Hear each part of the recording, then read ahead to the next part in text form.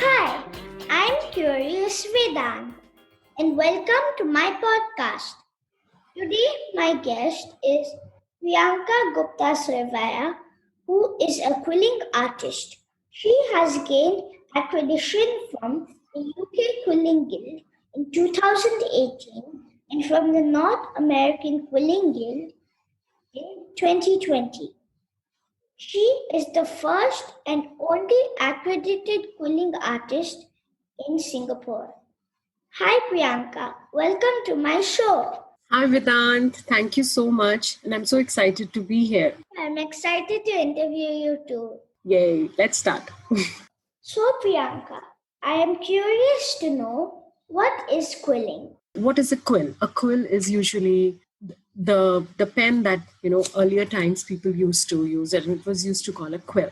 So when quilling was started, basically it was started in the Renaissance era when mostly by nuns in the church, what they used to do was they used to cut out the gilded edges of the books and they used to roll it around that quill, to make like those curly shapes. And then they used to make designs out of it. So that's how the name started, quilling.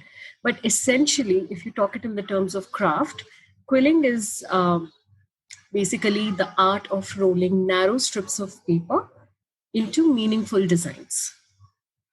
So it's basically done with strips of paper and you just use glue. So, the whole thing is called quilling. When you quill, can you cut out strips from a piece of plain paper or do you need to buy? No, you can actually use any kind of paper suitable for quilling. I mean, of course, the paper should be able to hold shape after you roll. So we may not be able to use something like, say, tissue paper. But apart from that, you can actually use any kind of paper. You can use magazine papers, you can use catalogs, you can use cardstock, you can use construction paper, you can use your printer paper, you can use book paper. So actually any paper that holds shape can be used. But yes, definitely if you're doing a lot of quilling, these days it's commercially available. I mean, the pre-cut paper is commercially available. So you don't have to worry about cutting each and every strip on your own. But there is no hard and fast rule on only using pre-cut paper. You can use any paper actually. Okay, I'm going to try the cutting on your own thing. Oh, that would be nice. That would be great. Yeah, because you don't need any specialty tools for that. If you have, say, a ruler and a cutter, then you can just, mark your paper of whatever thickness you need, 3 mm, 5 mm, 10 mm, and you can just cut them out. In fact, some quillers do that, like for specialty projects, they do cut out their own papers because some of the papers, like not every kind is available in the market, right? So if your project needs some kind of a special thickness or a special color or a special type of paper, then they cut out on their own. So you can do that as well. And it's fun. What are the different tools that are used? Okay, so traditionally, you don't need a lot of tools. Because you can do quilling using just your fingers as well. But of course, that is time consuming and there is more chances of errors when you do that. So there are certain set of basic tools that are good to have when you're quilling. So for example, one is a slotted needle tool, the kind that we use that day, which helps you to hold one end of the paper in a slot and while you can roll it and then you can just take out the paper very easily. So that is kind of very convenient. Of course, you need a glue. You need any good PVA glue or paper glue that is suitable for paper crafts. And you can use a circle template. A circle template is nothing but you don't have to buy a quilling template. There's nothing called a quilling template as such. There's a circle template that usually used in architectural drawings. And that circle template helps you to make uniform coils. Like if you need say 10 cm wide coil. I mean, it's very hard to make sure that every coil you're going to roll is going to be the same size. But circle template helps you to do that. So these are if we talk about just the very basic quilling, you don't need more than that. But now there are so many tools available in the market that you can use. There is a quilling comb, there is a quilling crimper, there is a quilling shaper, there is a husking board available. I mean, these are all like commercially available tools, but they're not as they're not essential for you to have if you want to do quilling. You can just do with the basic ones as well. Okay, now I understand. How and where did quilling start? It is definitely a very old craft form. Like I mentioned before, it started in the Renaissance era, or I think the earliest record that are still alive now of quilling is of Renaissance era. So we definitely know that it is very old. But then it got lost in between because I think it was one of the time-consuming crafts, and a lot of people didn't know about it. It was primarily done by people who were in the Europe or in the UK. But now it has taken a lot more popularity. At least I've been quilling for 11 years now. And in the last 11 years, I have seen a huge uprising of this craft. When I started, I remember I could not find any tools or paper because people have not heard of this craft form before. I was in London at that time. So because this craft is very popular there, I could find some tools and papers there, but I could not find it anywhere else. So, it kind of was dead in between, and then it kind of took a revival in the last maybe 15 years or so. So you can see that, the earliest work that I have seen of antique quilling is of 18th century, which is there in like museums in UK. And it's at some more places all over the world, but the one I have seen is in London. So it's very, very old. I've never been to London. Oh, maybe whenever you get the chance to go there, I will let you know what museums hold those pieces and you can go have a look. It's really, really nice. It'd be interesting to see those ancient quilling. Yes. I would like to share this anecdote actually. It was so when I was planning my trip to London, I had written to the Victoria and Albert Museum's curator that I'm interested to see more pieces in quilling. And they informed me that the pieces are in the storage. And then I mentioned to them that, I am coming all the way from Singapore and I may not be able to come back for I don't know how many years. And if there is any way they could show me those pieces. And I was so surprised that they actually agreed to my request and they let me in their storage building of their museum, and they actually took out all those quilling pieces that I wanted to see, and they allowed me to photograph it. They allowed me to like have a closer look and everything, and I was really, really happy. So I have put up all those pictures that I took of the pieces from the storage room as well on my Facebook. So if you go there, you can actually see like really, really those antique quill pieces, which are not on display as well. So it was a really, really good experience. It was really nice. Like as a quiller, I felt really special to be able to see those pieces. What is a quilling guild and how do you get accredited? Quilling guild is basically like usually guilds are normally the organizations run by volunteers, but they kind of hold the speciality in this craft. So basically, the original guild was founded almost 40 years ago. The UK Quilling Guild I'm talking about. It was founded almost 40 years ago by, I think, 3 quillers who have been quilling for a very long time. And basically, this decided to set up this organization that will look into the quilling activities all over the world, and they will be able to provide the support. So basically, you can see that they are a kind of an organization that looks into quilling and what is happening in quilling all over the world, and they have been doing it for many, many years. So they have really experienced people on their board. And so what they do is, so accreditation is basically, you can say it's kind of an achievement for a quilling artist to gain an accreditation, because that means that their work has exceeded the standards set by the Quilling Guild people. How did you feel when you got accredited? Oh, it was unbelievable. It was really because even when I was submitting my project, even till the last day, I tried to kept on finding flaws in it. I thought, oh, this I think could be a potential flaw. This could be a potential flaw. So I was not satisfied with my work. But I had met all the requirements, what they had asked me to do in the work. But I think as an artist, I was not very satisfied with it. But I still sent it anyway, and I did receive I good marks. And when I received my accreditation, when I received the notification that congratulations, you have passed the criteria, and you have received the accreditation, and we will send you a certificate. It was unbelievable. I was really happy. I was also a bit shocked because I thought I'm not up to the mark, but I realized that they are not looking for how many leaves have you put, how many flowers you've put. No, they're looking for the technical expertise. They're looking for the neatness.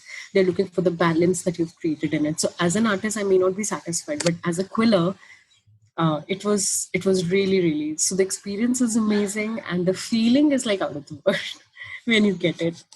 So I was very happy. I understand how to do. Thank you. Doesn't your hand hurt with all the rolling? It does sometimes when I roll at a stretch and I'm not taking a break. But usually, what happens is like right from when you start to roll to when you finish your motif, there are many, many steps in between. So what happens is that I'm able to spread the steps out in such a way that I'm not doing any particular step in one go for very long time. So that helps me to kind of balance it out. So I'm not rolling continuously at one time. I will roll, but I will roll say 20 strips at a time. Then I will shake them. So it gives me a rest from rolling. Then I will glue them. I will attach them to the project. So that way I am able to break up the any one activity. So it doesn't hurt that much. But if sometimes it requires I'm on a deadline or something and I'm rolling continuously, then yes, my fingers sometimes get sore. So when you taught me how to quill, my hand didn't hurt that much. But when I write a lot, it hurts. Yes, exactly. Because writing again is like a very continuous activity, right? So that's what I said. I try to break it up, the activity, so that I'm not doing one thing on continuously. And that's how the pain kind of doesn't get to settle very much. So it doesn't hurt that much. But yes, if you will sit and roll, say 100 rolls at one time, then maybe yes, it will start to hurt. The wrist posture is very important, just like in writing, like everybody writes differently. When you're quilling as well, you have to be very careful of your wrist posture. Sometimes what happens is people don't know how to hold the tool correctly. So when they roll and they're trying to make a bigger project, they don't realize that all the time they're they could have avoided the pain by just changing the wrist posture. So I always tell my students during the workshop that it's very important to find your comfortable posture for your wrist when you are quilling. Once you have found that posture, then you can continue. But until you have not found it, try to keep moving your hand or maybe your wrist or maybe the location, the way you hold the tool in such a way that you're able to find that comfortable posture. What all can you make with quill shape? Okay, so now the beauty of quilling is that it is so versatile, and I think even though it has gained so much popularity, I don't think people have finally figured out that, oh, this is all that we could do with quilling. No, every day, I think every couple of months or so, we will see something that is totally different that people have done with quilling. So right from the very basic cards and bookmarks and like the two-dimensional stuff that we can do with quilling, to all the way to 3D stuff like jewelry, miniatures, bowls, tea light holders, like proper stuff that people can use are now being made with quilling. So it's just depends on how much time do you have, how much expertise do you have, how much interest do you have in quilling. And I think it's basically sky's the limit. You can make anything and everything. Now imagine so you like Lego, right? Now imagine quilling pieces to be different Lego pieces, or like putting together a jigsaw puzzle.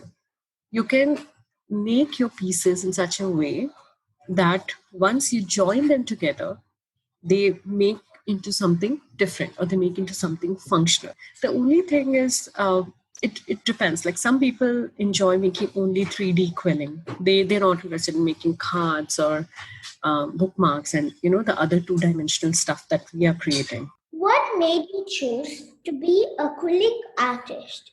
As a child, what did you want to be? I was always very creative as a child, but I was growing up in the time when having creativity was not really synonymous with having a career. You would still expect it to go for the regular, career options, like be it economics, or be it business, or be it accounting, or doctor, or surgeon, and stuff like that. So I always had an aptitude for accountancy and everything. So my parents thought, okay, you do something in that. So I ended up doing business administration in my bachelor's. I ended up doing master's in finance, because all that was my aptitude and that was like expected of me. But I realized that, as I was like, as I finished my education, as I was working, during all that time, quilling used to be something. So I discovered quilling while I was studying for my master's, okay? And all throughout, like after that, couple of years later as well, I realized that was one thing that I kept going back to. So, to be very honest, I did not plan on being a quiller. I did not plan on being a quilling artist always. I did not. It just happened to me. And when it happened to me, I realized it is something I want to keep doing. I kept coming back to it. I kept going back to it every now and then in between things. Till one day, I was faced with a decision that, okay, either I focus on something else entirely, or either I focus on this entirely, but I can't keep juggling back because it was not working out. And I thought, okay, let me give it a shot. Let's see how it works. And this was 7 years ago. And finally, I decided to take it up full time, to do full time workshops, to do full time quilling. And it started as a trial, and I registered my company, and I did all the paperwork and everything. I said, okay, let's see how it goes. And it worked out. It worked out really nicely. I got a lot of opportunities to conduct workshops. I got commissions. I got to exhibit my work. I got to do a lot more quilling, and I enjoyed every bit of it. So it just happened on its own, and I'm really glad it did, because I think I was always meant to be a quiller. I really liked it, like when you taught me how to quill. I'm still using the bookmark I made. Oh, wow, that sounds amazing. And I do hope that you continue to quill, because, like any other craft, you get better as you practice. Okay, Yeah. I'll quill more. Okay, great. What is your favorite food? My favorite food. Okay, can dessert be a favorite food? Because, okay, then I would say that my favorite food has to be dark chocolate fudgy brownies. Even I like brownies. Yay. Yeah, brownies are awesome. Thank you so much for coming on my show. Yay! Oh my god, it's over already. I was having so much fun talking to you about quilling. And yeah, I do hope that you also. So I always say I would like to mention this thing. When I used to take workshops and I used to follow up with my students about how they're doing, they always used to tell me that, oh my God, it's so addictive and it's unputdownable. So I used to say that, oh, okay, you have been bitten by the quilling bug. It is like, it is very addictive. So I used to call myself a quilling vampire. And those who I bite, once they get a bug, then they cannot, stop quilling as well. So it's it's just a little joke that I used to do with my students, and I used to tell them beforehand that I'm warning you that it's addictive. So start at your own risk. Dear listeners, follow my Facebook page, Curious Vedanth, to get updates on my upcoming episodes.